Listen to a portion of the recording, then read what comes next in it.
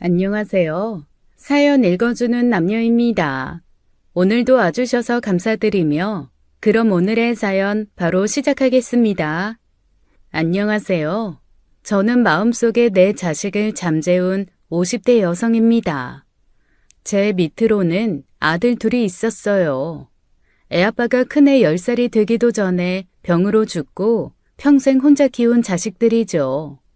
남들은 여자 혼자 아들 둘이 너무 버겁지 않냐고 걱정을 많이 했지만 그렇게 힘들지는 않았습니다. 힘들지 않은 삶이 어디겠어요. 하지만 누구보다도 제게 힘이 되어주던 큰아들 덕에 남편 없이도 힘든 줄 모르고 살았죠. 아버지의 빈자리로 일찍 처리된 아들은 시키지도 않은 집안일을 나서서 하고 공부도 곧잘 했습니다. 가끔 집에 놀러 오던 여동생은 아들이 아니라 딸을 낳은 거 아니냐며 부러워했어요. 상훈아, 너는 나중에 진짜 좋은 남편 되겠다. 어쩜 남자애가 그렇게 세심하고 착실하니? 누가 보면 딸 있는 집인 줄 알겠어. 별거 아닌데요, 뭐. 칭찬해 주셔서 감사합니다, 이모. 어쩜 저렇게 인사성도 바르고 딱 보면 형부 똑 닮았어. 형부 그렇게 된 거 너무 안타깝지만 상훈이 같은 든든한 아들이 있어 얼마나 다행이야. 그러게 나도 상훈이 없었으면 어떻게 살았을까 싶어. 반면 작은 아들은 좀 달랐습니다. 연년생으로 자라 큰아들이나 작은아들이나 별 차이가 없이 키운 것 같은데 어쩜 그렇게 다른지요. 공부는 담쌓아 노트에는 먼지가 내려앉은 지 오래고 컴퓨터 게임으로 밤을 지새우는 일도 많았어요. 상민아, 게임 좀 그만해. 숙제는 안 할 거야? 할 거야.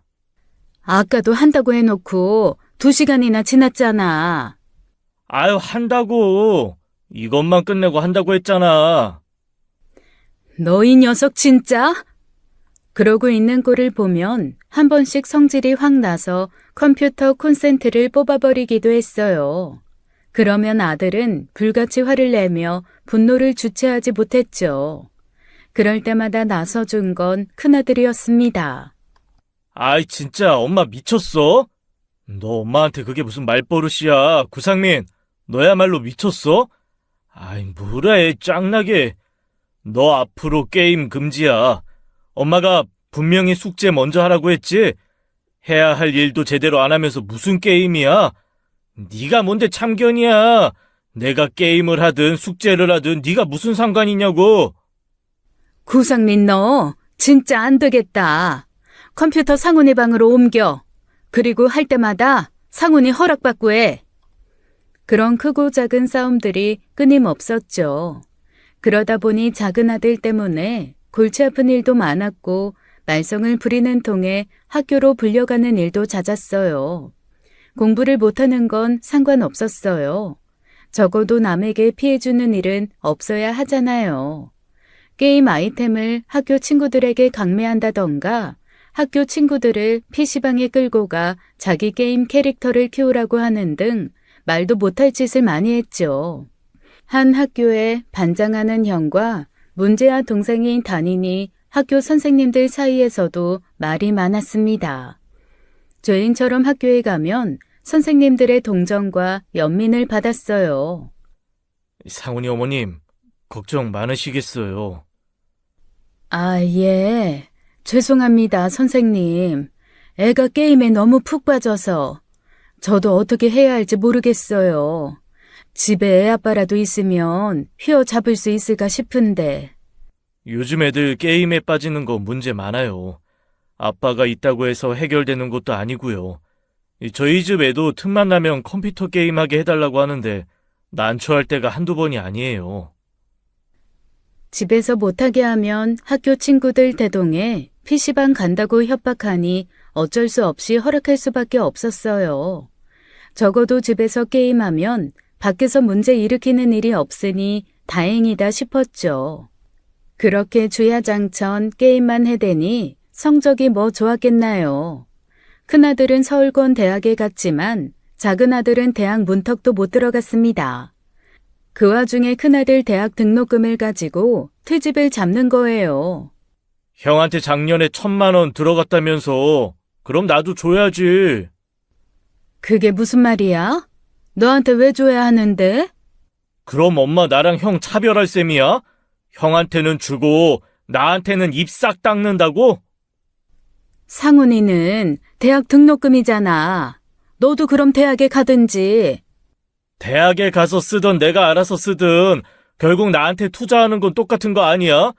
근데 왜 굳이 대학 가는 자식만 챙기는데?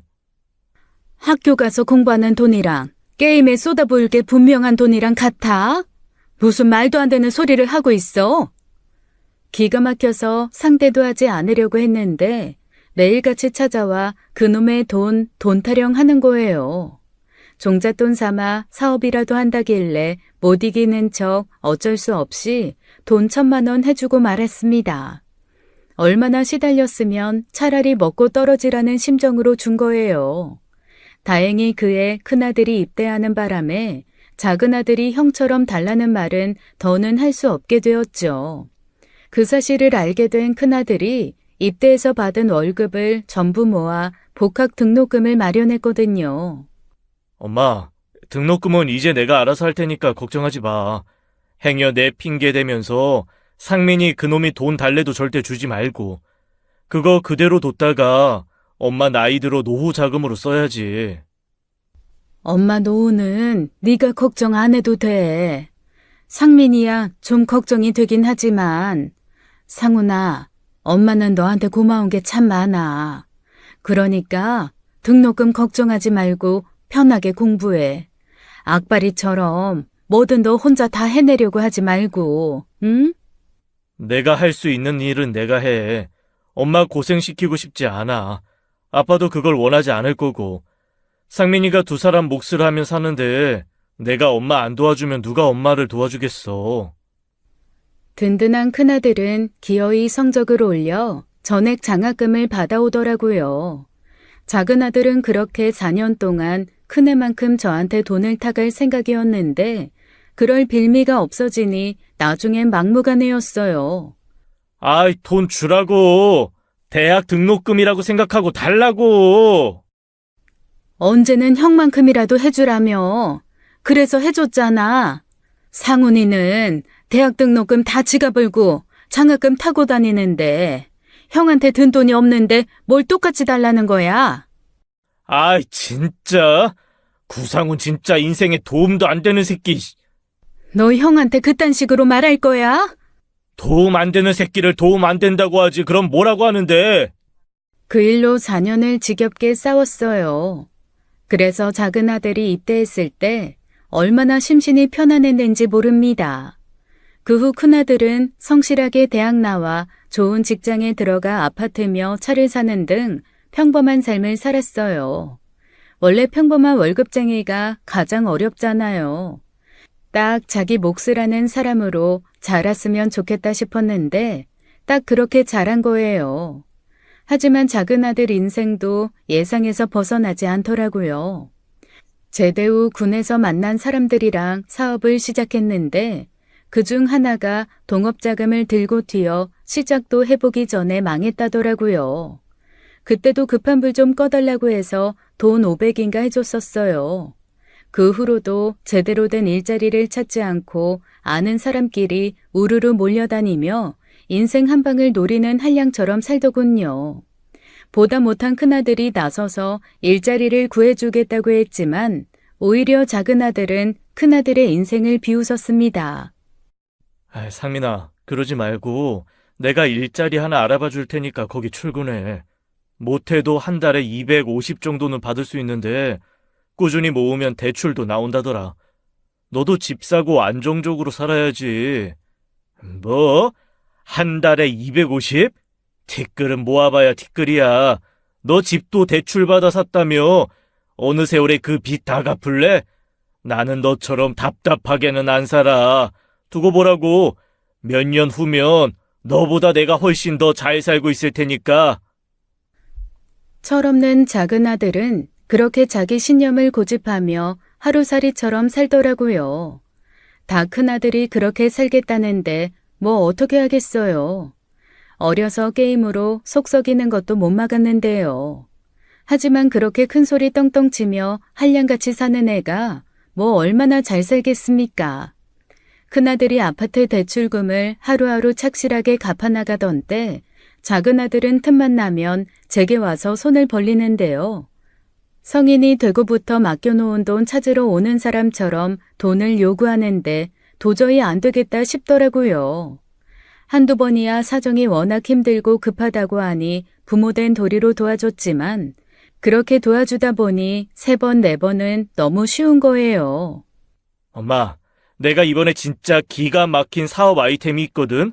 이거 완전히 대박 아이템이야. 안 하는 사람이 병신이라니까. 엄마가 딱 2천만 해주면 내가 반년 안에 2배로 불려줄게. 이거 완전히 남는 장사잖아.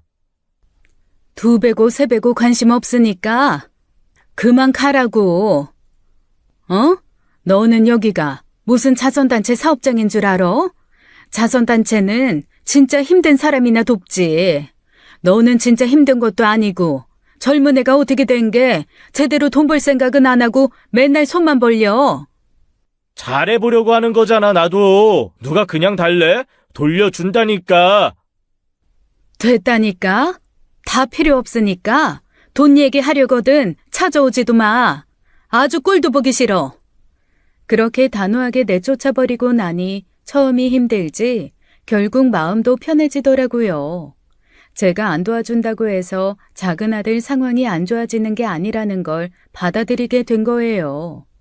그렇다고 근심이 아주 없는 건 아니었습니다. 모든 게 완벽하고 부족함 없어 보이는 큰아들에게 유독 여자가 안 생기더라고요. 큰아들 성격상 20대 후반이면 진득하게 만나는 여자친구 하나쯤은 있을 법한데 있나 싶으면 금세 헤어지는 것 같은 거예요. 언니, 상훈이는 결혼 안 한대? 아파트도 있고 차도 있고 직업도 탄탄한데 왜 소식이 없어? 인물이 빠지는 것도 아니고 성격은 두말할 것도 없는데. 그러게 말이야. 결혼 생각이 없는 건 아닌 것 같은데 영 소식이 없네. 언니한테도 별말 안 해? 한번 물어보지. 괜히 애 스트레스 받을까 봐 그렇지. 혼자서도 잘 사는데 내가 괜히 욕심내는 것 같아서. 이만큼 잘 살아주는 것만으로도 고마운데 결혼까지 재촉하면 내가 너무 양심 없지 않나 싶어서. 그래도 슬쩍 한번 물어봐. 언니 생각해서 못 가는 걸 수도 있잖아. 내 생각 때문에 못 간다고? 그게 무슨 말이야? 괜히 언니 혼자 남는 거 걱정돼서 못 갈 수도 있지. 결혼하면 지금보다 더 찾아오기 힘들 거 아니야. 자기 가정 꾸리느라 언니한테 소홀해질 텐데 그 속 깊은 애가 거기까지 생각할 수도 있잖아. 여동생 말을 듣고 보니 아차 싶더라고요. 큰아들 성격이면 충분히 그러고도 남았으니까요. 그래서 그 주 아들이 왔을 때 처음으로 결혼에 대한 계획을 물었습니다. 상훈아, 만나는 여자애는 없어? 아니, 엄마 친구 보니까 곧 결혼한다고 청첩장 주더라고. 그러면서 너는 소식 없냐고 하는데 듣고 나니 좀 궁금해서 말이야. 아직 결혼 생각은 없어. 뭐 사람이 있어야 하지. 만나는 사람이 없어? 상훈이 너라면 여자애들이 줄을 설 줄 알았는데. 아유, 엄마는 엄마네. 나 생각보다 여자들한테 인기 없어. 놀 줄 몰라 심심하다나. 뭐 예전에 여자친구가 한번 그런 적 있긴 해. 있긴 있었구나. 엄마는 괜히 엄마 때문에 네가 결혼이 늦어지나 해서. 엄마 때문에? 그게 무슨 말이야. 엄마 때문에 늦어지긴 왜 늦어져. 엄마 생각하면 얼른 결혼해서 귀여운 손주 하나 낳아드리고 싶은데 이상하게 뭐 만나는 여자가 없는 건 아닌데 매번 결과가 좀 별로 안 좋아.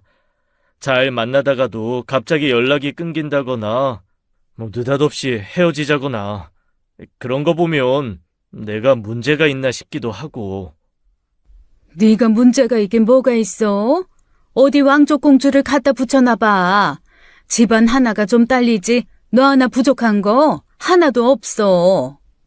아, 아유, 알았네요. 결혼할 사람 생기면 엄마한테 바로 이야기할게. 지금은 만나는 사람도 없고 결혼할 생각도 없어. 생각보다 여유 있는 큰아들의 말에 한시름 놓았죠. 그런데 제 고민을 알게 된 작은아들이 제게 빈정대며 그러는 거예요. 엄마는 형이 결혼하면 잘 살 것 같아? 잘 살지 그럼.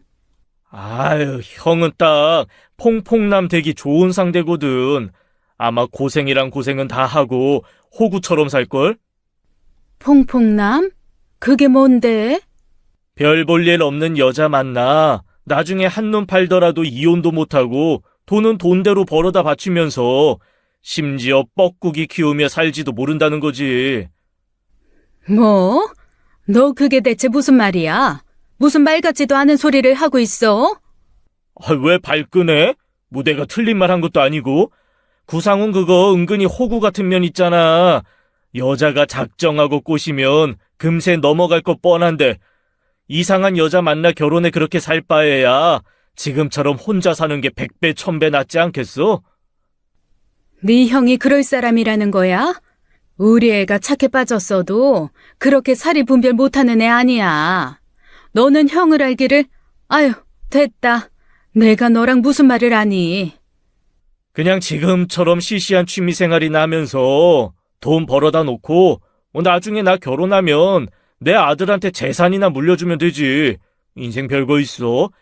결혼 반드시 해야 하는 것도 아닌데. 저 싸가지 없는 놈이? 야, 그럴 거면 너나 그렇게 살아. 이게 진짜 못하는 소리가 없어? 너 행여 상훈이 앞에서도 그런 얘기해. 알았어? 아유, 예, 알겠습니다요. 자식이 원수예요.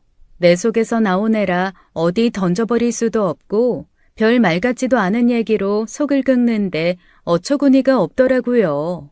그러다 두 형제 간에 엄청난 싸움이 벌어진 건 그 일이 있은 지 1년쯤 지났을 겁니다. 작은 아들이 집에 있던 날이었는데 연락도 없이 큰아들이 찾아온 거예요. 그런데 큰아들이 여지껏 본 적 없는 표정으로 들어와 다짜고짜 작은 아들을 찾더라고요. 상민이, 구상민 어딨어? 상훈아, 갑자기 이 시간에 무슨 일이야? 상민이는 왜? 이 새끼 내가 가만두나 봐. 야, 구상민! 당장 나와! 뭐야? 새님이 웬일로 목청을 다 높이네. 뭔데? 너 이 새끼! 순식간에 벌어진 일이었어요. 큰아들이 느닷없이 작은아들 얼굴에 주먹을 날린 겁니다. 어머머, 상훈아, 왜 그래? 대체 무슨 일이야? 그만 좀 해. 아이씨, 너 미쳤냐? 돌았어? 미친 건 너겠지, 이 미친 새끼야. 내가 영영 모를 줄 알았어? 그런 짓을 해놓고도 숨길 수 있을 줄 알았어? 큰아들의 분노에 작은아들은 어리둥절한 표정으로 서 있다가 이제야 알겠다는 듯 피식 웃더라고요. 그 비웃음은 큰아들의 더 큰 분노를 불러일으켜 결국 멱살까지 잡혔어요. 완전히 등신은 아니었나 보네. 생각보다 빨리 알아챈 걸 보니. 아, 영서 그게 그래? 내가 한 짓이라고? 대체 왜 그딴 짓을 하는 건데? 재밌냐? 왜 내 인생에 회방을 놓는 거냐고? 회방이 아니라요, 형님. 도움이지, 도움. 영서 그게 영악하네.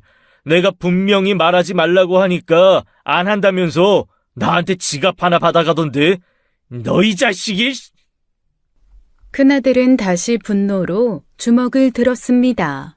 하지만 빈정거리는 작은아들의 얼굴에 다시 매다 꽂지 못하더라고요. 무슨 일이었나 싶어 들어보니 세상에 작은아들이 큰아들 연애사에 관여를 한 모양이더라고요. 당시 큰아들에게는 6개월 만난 여자친구가 있었는데 느닷없이 헤어지자고 하니 너무 궁금했대요. 대체 왜 여자들이 자기랑 만났다 하면 1년도 채우지 못하고 이유도 없이 헤어지자고 하는지요. 그러자 고민하던 그 여자친구가 그러더랍니다.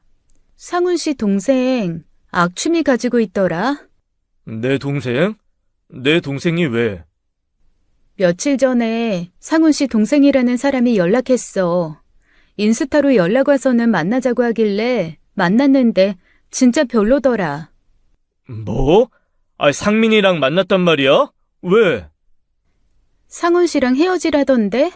어차피 결혼해봤자 홀어머니 모시는 독박 시집살이에 양아치 같은 시동생이 있어서 힘들 거라나? 지옥불에 들어가지 말고 이거 하나 받고 나가 떨어지라고 하더라. 그러면서 작은 아들이 사줬다는 명품 지갑을 꺼내더래요. 큰아들은 들으면서도 그게 대체 무슨 말인지 이해가 되지 않아 쳐다보고 있었답니다. 솔직히 이깟 지갑에 넘어가고 싶진 않았는데 내가 좀 혹했어. 예뻐서. 근데 다시 돌려준다고 해도 어쨌든 난 받은 거잖아. 상훈 씨한테 떳떳한 사람이 되지 못했으니 헤어지는 게 맞지. 결혼해봤자 그 질 나쁜 시동생 있을 거라고 생각하니 그것도 싫고 홀어머니 모시기 싫은 것도 맞아. 아, 맞다. 그리고 이거 짝퉁이더라. 가져가서 당신 동생한테 돌려줘. 큰아들은 주머니에서 그 지갑을 꺼내 작은 아들 얼굴에 집어 던졌습니다. 그 애가 그렇게 화를 내는 걸 생전 본 적 없던 저는 그 이상을 말릴 생각도 하지 못했어요. 그런데 더 황당한 건 그게 처음이 아닌 것 같더랍니다. 그 여자가 하는 말이 작은 아들은 그전에도 몇 번 그런 짓을 한 것 같더래요. 대체 왜 그러는 건데? 왜 그렇게 말도 안 되는 짓을 했냐고? 말했잖아. 다 형 도와주려고 한 거라고. 솔직히 좀 약이 오르기도 했고 심술도 났지. 기계처럼 일에 돈은 꽤 버는 것 같더니 죄다 그걸 여자한테나 쓰고 있고, 나 힘들다고 할 때 형이 뭐 돈 100만 원이라도 도와준 적 있어? 형제한테도 안 쓰는 돈 여자한테 쓰는 게 꼴 같잖아서 인맥도 좀 쓰고 형 SNS도 좀 뒤져보고 애 좀 쓴 거지. 넌 진짜 구제불능이다. 회생하기 힘든 아주 최악의 구제불능이야. 그렇게 봐주니 고맙네. 구제불능한테 적선이라도 해주시든가. 듣자 하니 저도 너무 기가 막히고 황당해 가만히 있을 수 없었습니다. 그래서 작은 아들을 툭툭 치며 물었어요. 너 그게 사실이야? 그동안 네 형 만나는 여자들 다 회방 놓고 다녔다는 게 사실이냐고. 아이, 장난이야, 장난. 근데 나한테 고마워해야 하는 거 아니야? 하나같이 짝퉁 지갑에 해불쩍해선 형 배신한 건데, 영석애는 좀 별종이긴 하다. 별로 그렇게 의리 있는 것 같지도 않더만. 너 나가라. 너 당장 내 집에서 나가. 아이, 뭐야. 자식한테 부모가 내 집, 너 집이 어딨어. 여기가 내 집인데 어딜 나가래. 난 도저히 널 이해하려야 할 수가 없다. 아니, 이제 이해하고 싶지도 않아. 아주 하다 별짓을 다 하지. 형 앞길에 도움은 주지 못할 망정 회방꾼은 되지 말았어야지. 당장 짐 싸서 나가. 내 말 안 들려? 당장 나가라고! 화가 난 저는 그 자리에서 작은 아들을 집 밖으로 쫓아내버렸습니다. 안 봐야 살 것 같더라고요. 그동안 큰아들이 작은 아들이 한 짓으로 괴로웠을 걸 생각하니 너무 미안하고 안타까운 거예요. 작은 아들을 내보내놓고 속상해 눈물을 흘리고 있으니 진정한 큰아들이 그러더라고요. 울지 마, 엄마. 내가 너무 흥분했어. 미안해. 네가 미안할 게 뭐가 있어.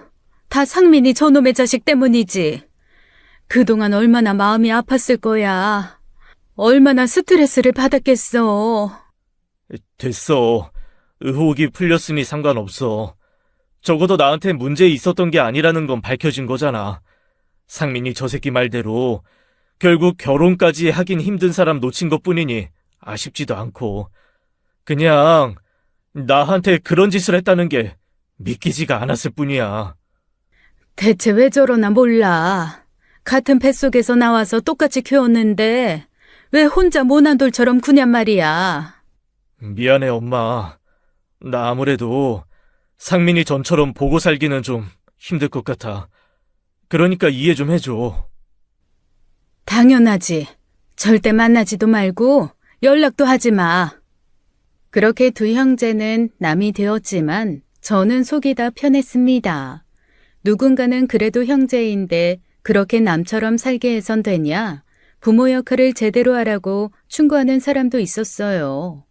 하지만 제 생각은 달랐습니다. 어려서부터 오래 지켜본 건 엄마인 저잖아요. 도움이 안 되면 어떻게든 한쪽을 떨어뜨려 놔야지요. 그렇지 않으면 결국 골마 썩게 되는걸요. 그 후로 여자 만난다는 소리는 없었지만 어련히 알아서 할까 싶어 한 번도 물은 적이 없습니다. 만나는 여자가 없는 것 같지도 않고 결혼할 여자면 기다리지 않아도 데려올 거라고 생각했으니까요. 그러다 큰아들이 30을 넘긴 어느 날이었어요. 갑자기 함께 동남아 여행을 간다는 거예요. 동남아 여행? 혼자서? 아니, 캄보디아로 먼저 여행 간 친구 있어. 엄마도 알 거야. 고등학교 때 같은 반이었던 정식이. 기억나지. 경찰한다던 애잖아. 경찰은 못했지만 회사 생활하다가 이직 준비하는 김에 시간 내서 여행 중인가 봐. 좋은 것 같아서 나도 모처럼 연차 내고 좀 갔다 오려고. 캄보디아랑 태국, 라오스 그쪽으로 좀 돌다 올 생각이야. 얼마나 있다가 오려고? 2주 정도? 그래. 너 일한다고 여행도 제대로 못 다니더니 잘 생각했어. 잘 갔다 와. 좋은 곳 있으면 제대로 눈에 담아서 다음에 엄마도 모시고 갈게. 너무 섭섭해하지 마. 섭섭하기는 엄마는 상훈이 너 좋은 거 보고 즐겁게 여행하면 그것만큼 좋은 것도 없어. 일만 하다 죽을 생각인가 싶게 제대로 된 여행도 안 다니던 녀석인지라 저는 좋은 기회라고 생각했어요. 그래서 출국하기 전날 용돈도 두둑히 챙겨 쥐어보내고 그저 안전하고 건강하게만 다녀오라고 했죠. 그게 마지막이 될 거라는 생각은 눈꼽만큼도 못하고요. 큰아들이 여행을 떠난 지 일주일쯤 지났을 겁니다. 갑자기 아들 친구 녀석에게 연락이 온 거예요. 이미 아들이 아닌 아들 친구로부터 연락이 왔을 때부터 불안감이 싹트기 시작했죠. 어머니, 정식이에요. 상훈이 친구. 정식아, 무슨 일이야? 상훈이는 뭐하고? 어머니, 죄송해요. 정식아, 왜 그래? 왜 그러는 건데? 아줌마 무섭게 왜 그래? 상훈이가요. 상훈이가 실종됐어요, 어머니. 죄송해요. 제가 찾아보려고 했는데 아무리 찾아도 없어요. 마른 하늘의 날벼락도 그런 날벼락이 없죠. 실종이라뇨. 환한 미소로 인사하며 집을 나서던 아들이 그 먼 타국에서 실종이 됐다는 겁니다. 이틀 전에 여행하던 지역에 억수 같은 비가 쏟아지기 시작했는데 갑자기 불어난 강물에 아들을 비롯한 현지인이 휩쓸려 순식간에 사라져버렸다는 거예요.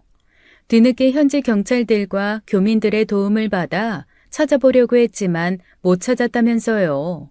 저는 그 얘기를 듣다 그대로 기절하고 말았습니다. 마침 그 자리에 여동생이 함께 있었기에 망정이지 아무도 없는 집에서 혼자 오랫동안 쓰러져 있을 뻔했어요. 다급하게 저를 응급실로 옮긴 여동생 덕에 병원에서 깨어난 저는 어렴풋이 꿈처럼 남은 그 아이의 목소리에 다시 공포에 떨어야 했죠. 상훈이. 언니, 일단 진정해. 상훈이 친구가 더 알아보고 연락 준다고 했거든? 그러니까 가야 돼. 상훈이 찾으러 가야 돼. 어딜 가? 언니가 거기까지 가서 뭐 할 건데? 거기 홍수 나서 이재민 생기고 안 그래도 복잡해서 와봤자 도움이 안 된대. 그래도 가야지. 그래도 가야지. 내 새끼가 나 찾을 건데. 엄마 찾을 건데. 비켜, 옥경아. 나 가야 돼. 언니, 정신 차려. 위험해. 상훈이가 언니가 오길 바라겠어? 기다려보래. 일단 조금만 기다려보자. 조금만, 응? 저는 저를 막는 여동생 품에 안겨 결국 눈물만 쏟았습니다. 자식이 생사를 알 길이 없다는데도 제가 할 수 있는 게 아무것도 없었어요. 이틀 후 물이 찬 곳에서 서서히 물이 빠지면서 잠기거나 물에 떠오르는 시신이 발견되었지만 아들 시신은 찾지 못했다더라고요. 그러면 살아있는 거 아니야? 우리 상훈이 어딘가에.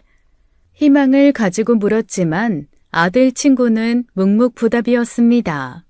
바다로 이어진 강에 휩쓸려 여러 날에 걸쳐 바다까지 흘러간 시신도 적지 않을 거라더라고요. 세상에 그렇게 기가 막힌 죽음이 어딨나요? 결국 그쪽에서 공식적인 수색이 종료되면서 저는 머나먼 타국에서 아들을 보내야 했습니다. 내 눈으로 직접 보고 싶어 결국 조카 도움으로 갔는데 거대한 사막에서 바늘을 찾아야 하는 것처럼 막막하더라고요. 어딘가 있을 것 같은데, 분명 살아있을 것 같은데 그 어디에서도 아들의 흔적은 찾을 수가 없었습니다. 결국 공식적으로 사망 처리가 된 큰아들 장례식을 치를 수밖에 없었어요. 처음엔 하지 않고 버티려고 했어요. 언젠간 나타날 거다, 분명히 살아있다, 그 마음으로요. 그런데 주변에서 하나같이 말리더라고요. 상훈 엄마, 그거 상훈이한테 좋은 거 아니야. 상훈이 하늘로 가야 되는데 엄마가 못 놓으면 못 간다고. 그러니까 상훈이 편하게 해주자, 응? 어떻게 놔? 아이고 내 새끼, 아이고 내 새끼야. 엄마 얼굴도 못 보고 엄마 품에 한번 안아주지도 못하고 보내. 아유, 어쩌면 좋아. 하늘도 무심하시지. 어떡하고 많은 사람 중에 상훈이야. 장례를 치르는 동안 4-5번은 졸도했을 겁니다. 시신 없는 장례식이 얼마나 장난 같은 줄 아나요? 입관인데 시신은 없고 관만 덩그러니 있어요. 그런 장례식은 듣지도 보지도 못했습니다. 아들 사진만 품에 안고 창자가 끊어질 듯한 고통으로 사흘 밤낮을 울부짖었어요. 장례식이 끝난 뒤에도 어두운 방에 틀어박혀 시간이 어떻게 지나는지도 모르게 지냈죠. 이따금 여동생과 지인들이 문을 따고 들어와 이것저것 챙겨주었지만 저는 더는 살 의욕이 없었습니다. 작은 아들이 소식을 듣고 장례식부터 왔지만 별 도움도 되지 않았어요. 작은 아들을 보면 더 속상해서 그냥 보고 싶지가 않더라고요. 그렇게 살아도 산 것이 아닌 것처럼 산송장처럼 지내던 어느 날이었어요. 초인종이 여러 번 울리더라고요. 늘 찾아오는 사람들은 비밀번호를 알고 있어서 알아서 들어오는데 쉬지 않고 초인종을 누르는 게 이상해 나가보았죠. 그런데 웬 젊은 여자가 서 있는 거예요. 누구? 조심스레 문을 연 저는 화들짝 놀라고 말았습니다. 젊은 여자가 웬 아기를 안고 있었던 거예요. 여기 구상훈 씨 집 맞나요? 상훈이요? 예, 그런데요. 어머니, 드릴 말씀이 있어서 찾아온 거예요. 잠시 좀 들어가도 될까요? 아이가 있어서. 예? 아, 예. 어리둥절한 채 여자를 집 안으로 들였습니다.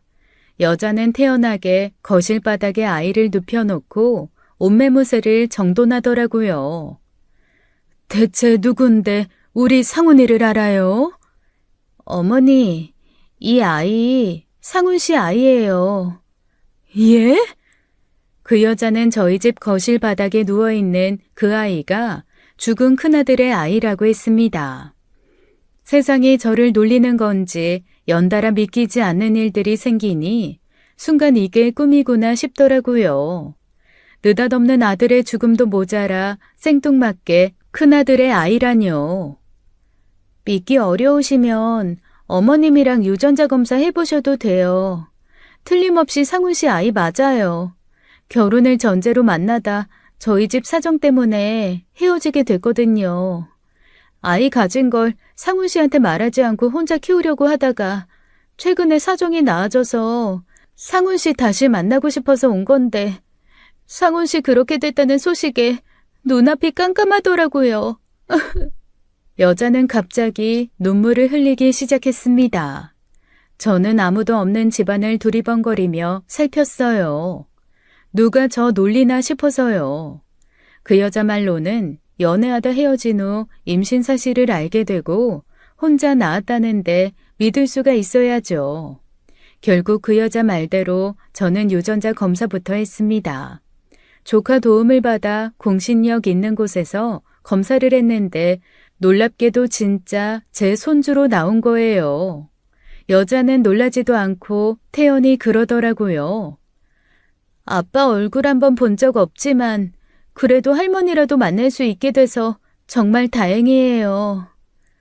이거 좋아해야 하는지 슬퍼해야 하는지 모르겠네요. 아이는 어떻게 키울 생각이에요? 사는 곳은 어딘데요?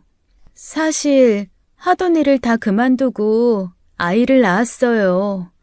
원래는 상훈 씨 만나서 얘기 나눠보려고 했는데 현재로서는 갈 곳이 정해지지 않았고요. 어머님만 괜찮으시면 잠시만이라도 여기 지내도 될까요? 안 될 리가 없었죠. 저는 내심 그 여자, 그러니까 내 며느리가 될 뻔한 그 아이가 남아줬으면 했거든요. 아들을 똑 닮은 손주를 계속 보고 싶었으니까요.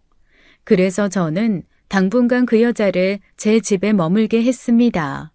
그 소식을 들은 여동생은 기가 막힌다고 하면서 갑자기 아들 재산에 대해 묻더라고요. 그럼 상훈이 재산은 다 걔한테 가는 거네? 재산? 아, 아무래도 그렇지. 자식인데 상속해야지. 언니, 바로 그렇게 해주지 마. 어차피 언니 아니면 상훈이 자식인 거 밝히는 거 쉽지 않을 텐데. 왜? 왜긴 왜야. 언니 그 애 보고 살고 싶다며. 근데 애 엄마가 상훈이 재산만 꿀꺽하고 평생 애 안 보여주면 어떡해? 그래도 괜찮겠어? 그건 안 될 일이었어요.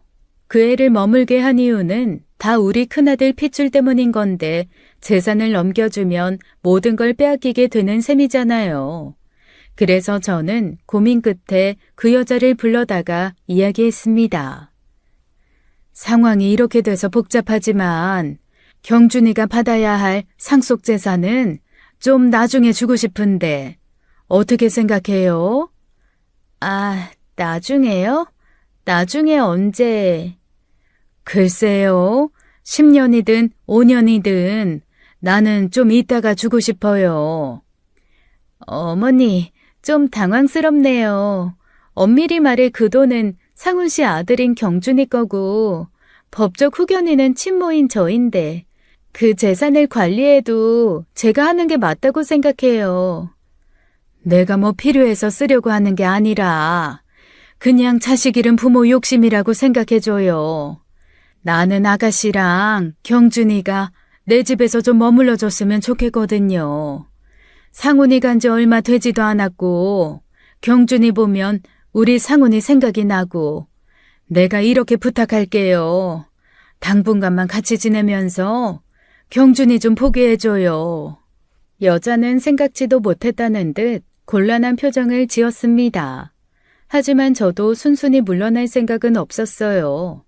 막무가내로 달라고 하면 법적으로 질질 끌어서라도 붙들어 놔야지 싶었으니까요. 다행히 여자는 순순히 제 요구를 들어주었습니다. 그러면서 똑같이 제안을 하더라고요. 좋아요, 어머니. 대신 저도 부탁이 있어요.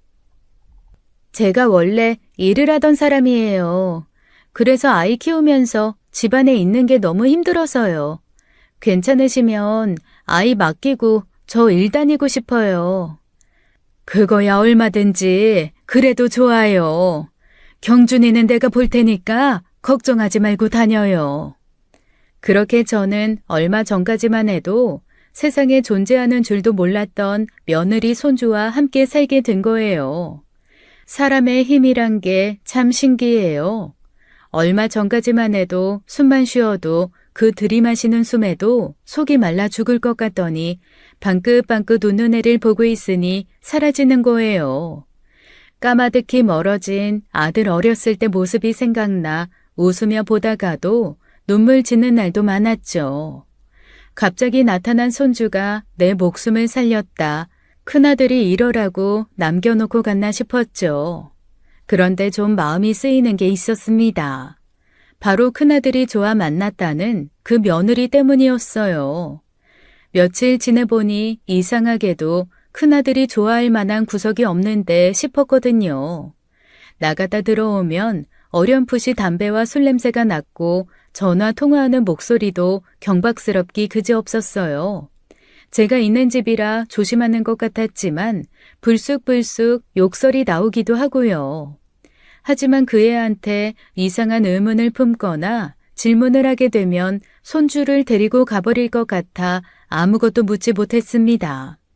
같이 산다고 해서 집안일을 뭐 거드는 것도 없었어요. 저한테 애 맡기고 일하고 싶다고 하더니 정말로 애를 맡기고 손 하나 까딱 안 하더군요. 참다 딱 하나 물은 게 그거였습니다. 근데 우리 상훈이는 어떻게 만난 거예요? 네? 아, 소개팅으로 만났어요. 예? 아, 그렇구나. 근데 그걸 한 번만 물은 건 아니거든요. 두세 번 같은 질문을 했는데 만난 이유가 물을 때마다 달라졌어요. 처음엔 거래처 인연으로 만나게 됐다. 자기가 큰아들 회사 계약직으로 들어가게 됐다가 만나게 됐다더니 이번엔 소개팅으로 만나게 됐다는 거예요. 그러니 수상해도 너무 수상하잖아요. 만나면 안 될 곳에서 만나지 않은 이상 왜 그런 거짓말을 하겠어요. 작은 아들은 몰라도 큰아들 속은 어느 정도 짐작하고 살았다고 생각했는데 그게 아니었죠. 게다가 그게 전부가 아니었습니다. 어머니, 죄송한데 저 한 50만 빌릴 수 있을까요? 50? 그래요. 감사합니다. 저한테 한 푼, 두 푼 돈을 빌리는 거예요. 처음 한두 번은 얼떨결에 필요해서 그랬나 보다 하고 줬는데 그 횟수가 점점 잦아지는 겁니다. 하도 빌려주란 말은 하고 갚을 생각을 안 하길래 한 번은 물어봤어요. 근데 왜 그렇게 돈이 필요해요? 네? 아, 경준이 때문에요. 이것저것 들어가는 돈이 많네요. 아, 근데 어차피 경준이 양육비는 경준이가 받을 상훈 씨 재산으로 들어가는 거잖아요. 그냥 미리 준 셈 쳐주세요. 그런 이야기를 대놓고 뻔뻔하게 하는 사람이니 제가 큰아들 짝으로 감히 상상이나 하겠냐고요. 그러다 진짜 이상하다 싶은 것을 보고야 말았습니다. 큰아들이 그렇게 되고 나서 자기 딴에는 하나 남은 자식이라고 작은아들이 집을 자주 드나들었거든요. 저도 처음엔 형한테 애가 있었다는 사실에 놀라더니 자주 와서 삼촌이라고 놀아주기도 하고요. 그래도 집에 큰일 생기고 나서 철이 좀 들었다 싶은 행동을 보이던 어느 날이었어요. 애 목욕시키고 나오는데 거실 소파에서 둘이 찰싹 붙어 이야기하는 모양새가 영 이상하더라고요. 야, 나 옆구리에 살 많이 쪘단 말이야. 이 정도면 뭐 애교지. 살찐 것도 아닌데. 아, 만지지 말라고. 아무리 그래도 큰애랑 결혼할 뻔한 사이면 둘이 형수 시동생 사이인 건데 그건 좀 아니잖아요. 저들끼리는 말 편하게 하기로 한 모양인데 보기엔 그게 좋지 않으니 자중해 달라 이야기했죠. 하지만 앞에서는 주의하겠다 해놓고 돌아서면 또 둘도 없는 친구처럼 친하게 지내는 겁니다. 며느리는 아무래도 조심스러워 아들을 불러다 그랬어요. 상민아, 아무리 상훈이가 없어도 혜정이는 네 형수야. 적당히 거리를 둬야지. 둘이 너무 그렇게 가깝게 지내면 남들이 욕해. 남들 보는 앞에서 그러는 것도 아닌데 뭐가 걱정이야. 사이좋게 지내면 좋은 거지. 경준이 엄마면 가족인데 가족끼리 좀 편하게 지내면 안 돼? 그게 아니라 편한 것도 정도가 있는데 너네는 너무 보기 불편해서 그래. 아무리 가족이라도 선은 지켜라, 응? 아유, 알겠습니다요. 제가 작은 아들의 행동이 더 거슬렸던 건 큰아들이 그렇게 되기 전 작은 아들과 있었던 일 때문이기도 했어요. 큰아들이 만나는 여자마다 회박 놓았던 그 일이요. 그러다 보니 더 곱게 보이지 않았던 게 사실이었어요. 그런데 그것들이 기어이 제가 보는 앞에서 선을 넘고야 말더라고요. 밤중에 깬 손주한테 분유를 먹이고 나오는데 베란다에서 둘이 껴안고 있는 걸 보게 된 겁니다. 저것들이 드디어 미쳤구나, 천지분간을 못하는구나 싶던 그때였어요. 갑자기 작은 아들이 그러더군요. 아, 진짜. 어머니 10년 뒤에 줄 생각이면 어쩌지? 걱정하지 마. 내가 엄마 잘 달래서 1년 안으로 해결해 볼게. 엄마한테 이제 아들이란 건 나밖에 없는데 내 말 듣지 않겠어? 그거야 모르지. 잘 좀 해봐. 어머니 은근히 숨막히게 하는데 뭐 있단 말이야. 물론 경준이 봐주셔서 덕분에 너무 편하지만. 우리 형 진짜 불쌍해. 소처럼 일만 하다 결국 죽 써서 개 준 꼴이잖아. 그 돈 다 내가 가질 거 알았으면 그렇게 일만 했겠어? 다 당신 거 아니야. 다는 우리 경준이 몫이니까 건드릴 생각하지 마. 아우, 알았네요. 세상에 이것들이 진짜 눈이 맞아 무서운 생각을 하고 있던 거예요. 제가 손주에게 내줄 아들 상속재산을 두 사람이 가로챌 생각이었던 거죠. 엄마 자격 없는 여자야 둘째치고 작은 아들이 사람인가 싶더라고요. 억울하게 죽은 큰아들 자식 재산에도 손을 대다뇨. 내 속에서 나왔지만 어떻게 저런 괴물이 나왔을까 싶고 그 말을 듣고 있는데 심장이 크게 요동쳤어요. 먼저 간 큰아들 생각나 불쌍해 가슴이 아파 죽을 것 같았습니다. 눈에 띄지 않게 조용히 들어와 이걸 어째야 하나 싶었어요. 그것 때문에 거의 뜬 눈으로 밤을 지새우고 두 사람을 내보낸 오전이었죠. 갑자기 전화가 울렸어요. 일반 전화가 아니라 카카오톡을 통해 오는 전화였죠. 누구인가 싶어 보니 여행을 함께했던 아들 친구더라고요. 안부 전화를 했구나 싶어 전화를 받았는데 갑자기 울음소리가 들리는 겁니다. 여보세요? 정식이냐? 여보세요? 정식아, 무슨 일이 있어? 엄마. 그 순간 저는 숨을 쉴 수가 없었습니다.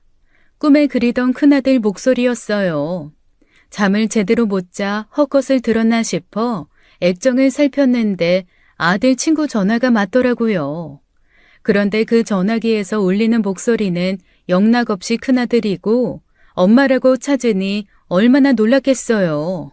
엄마, 나야, 상훈이. 상훈아! 그제야 저는 자리에서 벌떡 일어났습니다. 죽은 줄만 알았던 큰아들이 살아있던 거예요. 아들은 우느라 제대로 말도 못했고 아들 친구가 전화를 받고 자초지종을 이야기해 주었습니다.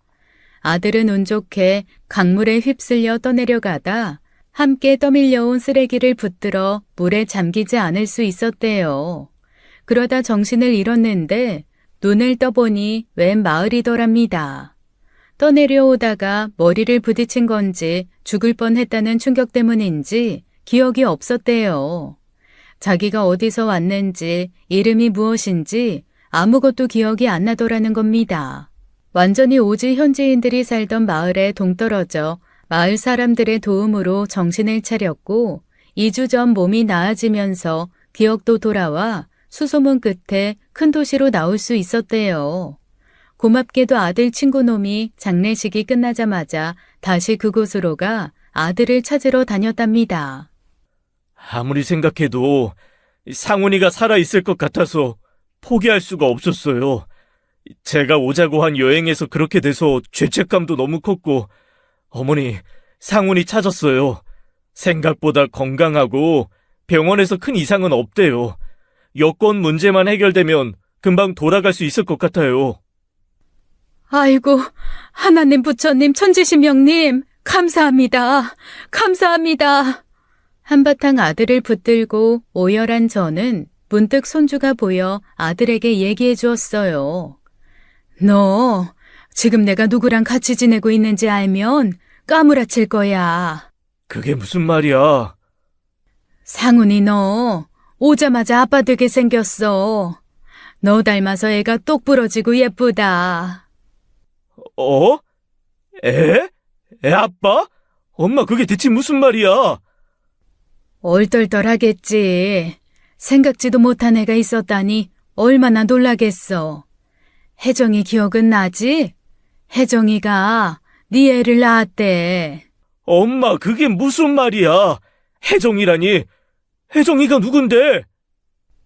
저는 그때까지만 해도 큰아들이 아직 기억이 제대로 돌아오지 않은 거라고 생각했어요. 그런데 아들은 시종일관 며느리를 모른다고 하는 겁니다. 엄마, 나 진짜 그런 사람 몰라.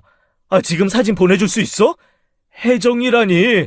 내가 만났던 여자친구 중에는 그런 사람 없는데 애가 얼마나 됐다고? 애가 지금 막 10개월 됐는데. 10개월? 엄마, 나 그때 여자친구 있었어. 정석영이라고 하는 비서실에서 근무하는 여자애.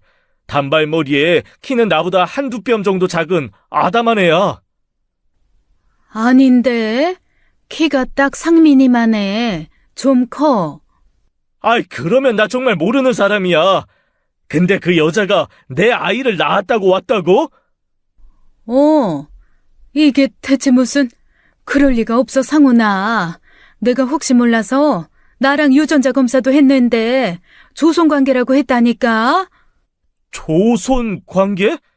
그러다 문득 지난밤 두 사람이 나눴던 대화가 생각나 아들에게도 이야기했어요. 제 이야기를 곱씹던 큰아들은 갑자기 돌연 심각한 목소리로 그러더군요. 엄마 일단 나 살아있다는 거 아무한테도 말하지 마. 아무한테도? 아무한테도. 이모한테도 말하지 마. 알았지? 나 조만간 갈게. 그렇게 저는 큰아들이 돌아오기만을 손꼽아 기다렸습니다. 그로부터 일주일 정도 걸렸을 거예요. 아들이 이미 사망신고가 된 상황이라 좀 복잡했지만 결국 살아서 우리나라 땅을 밟은 거죠. 애엄마인 그 여자에게는 일이 있다고 애를 맡겨두고 공항에 나와 아들을 붙들고 얼마나 울었는지요. 건강하다더니 그새 살이 말도 못하게 빠져 하마터면 못 알아볼 뻔했습니다. 그야말로 지옥에서 살아 돌아온 것처럼 보이더라고요. 눈물의 상봉도 잠시 아들과 저는 살던 집으로 향했습니다. 아들은 깊은 생각에 잠겨 창밖만 오랫동안 내다보았어요. 집에 도착해 함께 들어가자고 하니 문을 살짝 열어놓고 저 먼저 들어가라고 하더라고요. 저는 순순히 아들이 시키는 대로 했고 들어가니 여느 때처럼 작은 아들과 그 여자가 있었습니다. 어머니 오셨어요? 경준이가 어머니 많이 찾았어요. 2달 사이에 할머니 정이 많이 들었는지 엄마보다 할머니를 찾아 큰일이네요. 엄만 좋겠네. 손주가 엄마 바라기라 형 닮아 그런가? 상훈 씨 닮아 효자 될 것 같아서 다행이에요. 오자마자 제 품에 애를 맡기며 자기들끼리 하하호호 잘도 떠들더라고요. 그때 뒤에서 아들이 다가왔어요. 누가 내 아들이라고? 두 사람은 무슨 소리인가 싶어 고개를 쭉 빼더군요. 그때 저는 큰아들이 기억을 잃은 게 아니라 정말로 그 여자를 모른다는 말이 진실이란 걸 알았습니다. 제 형을 보자마자 사색이 된 작은 아들과 달리 그 여자는 처음 보는 사람인 양 어리둥절한 표정을 지었거든요. 세상에 어떤 여자가 자기 애 아빠를 그런 표정으로 쳐다볼까 싶게요. 형? 형이야? 누가 내 아들이라는 거야, 임마? 엄마, 이 여자야? 김혜정이라는 여자가? 얘, 너 말 좀 해봐. 상훈이랑 결혼 준비하려고 했다면서 왜 애가 처음 본 것처럼 그러고 있니? 네? 그럼 이 사람이 구상훈 씨? 그게... 이봐요, 나 알아요? 나 만난 적 있어요? 어디서 만났는데요? 큰아들의 물음에 그 여자는 아무 말도 하지 못했습니다. 어이가 없기도 어이가 없었지만 이해가 되지 않았어요. 분명 제가 직접 믿을 만한 기관을 찾아 유전자 검사를 했거든요. 근데 대체 그 유전자 검사는 어떻게 된 거야? 대체 그럼 상훈이 너를 어떻게 알고 이 집에 들어왔냐고. 유전자 검사는 잘못된 거 없어. 그게 무슨 소리야? 네 아들이 아니라며. 조손관계, 엄마 손주 맞을 거야. 그게 내가 아닐 뿐이지. 아니라면? 어머, 설마 상민이 너? 저는 기겁하며 작은 아들을 보았고 작은 아들은 망연자실하며 뒷머리나 박박 긁더라고요. 그러니까 이 모든 게 작은 아들과 그 여자의 연기이자 쇼였던 겁니다. 제가 큰아들을 잃고 판단력이 흐려지고 제대로 생각할 수 없게 된 틈을 타 벌인 일이었어요. 그러니까 경준이 그 애는 제 손자는 맞았습니다. 큰아들이 아니라 작은 아들의 자식일 뿐이었어요. 그 두 사람은 죽은 큰아들의 재산이 탐나 그런 짓을 벌인 거죠. 저한테 말도 없이 같이 동거하던 여자와 애를 낳았던 거예요. 자기 아들은 큰아들의 자식으로 둔갑시켜 제가 받은 아들의 상속권을 자기 아들에게 줄 셈이었고요. 제가 손주에게 큰아들 재산을 바로 상속하지 않았던 게 신의 한 수였던 셈이었습니다. 상민이 너 이 자식 어떻게 그럴 수가 있어? 그 와중에 어떻게 그런 끔찍한 생각을 해? 아이씨, 산 사람은 살아야 할 거 아니야. 어차피 엄마는 그 돈 필요도 없으면서 내가 달라고 했으면 순순히 줬겠어? 내가 진짜 기가 막혀서 말도 안 나오지. 너 같은 것도 자식이라고. 널 낳고 내가 미역국을 먹었어. 아까워 죽겠어 정말로. 상민 씨, 그럼 어떻게 되는 거야? 우리 경준이는. 뭘 어떻게 되긴 어떻게 돼. 그냥 새 된 거지. 에이씨, 대체 어떻게 된 거야? 형도 쇼한 거야? 정말 너는 갱생이 불가능하구나. 내가 죽기를 기다린 혈연 같은 거 나 필요 없다. 지금 당장 이 집에서 나가. 저 여자 그리고 네 자식 데리고 지금 당장. 아이씨, 개선 장군 납셨네. 간다고요. 가! 잘한 것도 없으면서 잘못했다 싹싹 빌지는 못할 망정 그렇게 큰 소리치고 가더라고요. 큰아들은 거기서 멈추지 않았습니다. 그동안 있었던 일로 여자와 작은 아들을 상대로 사기죄를 물어 고소를 했어요. 부당이득 반환 청구, 손해배상 청구도 빼놓지 않고요. 사실상 거의 여자가 주도적으로 벌인 일이었지만 작은 아들도 틀림없는 공범이었죠. 작은 아들은 뒤늦게 형제끼리 선 넘는 거 아니냐고 적당히 넘어갈 수 있는 일을 키우지 말라고 협박하더군요. 하지만 죽다 살아난 큰아들이 뭐가 무섭고 잃었던 아들을 되찾은 제가 뭐가 두렵겠어요. 할 수 있는 한 최대한의 법적 처벌을 받도록 힘을 썼죠. 피해 금액이 크지 않아서 사실 큰 처벌은 아니었지만 저는 그 일로 작은 아들을 완전히 마음에서 놓을 수 있었습니다. 자식이라는 이유로 안타깝고 미안한 마음을 조금이라도 가질 필요가 없었어요.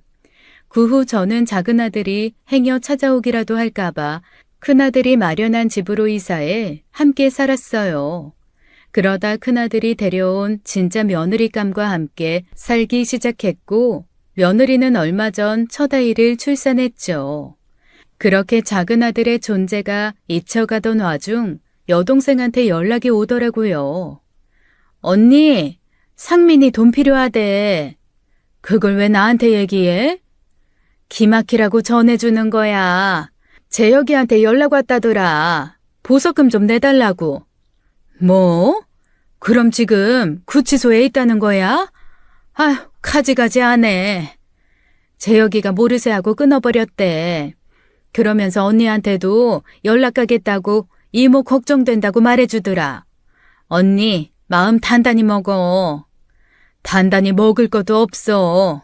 내 자식은 상훈이 하나니까. 자식한테 정 떨어지면 아무리 부모라도 매정해지는 법이죠.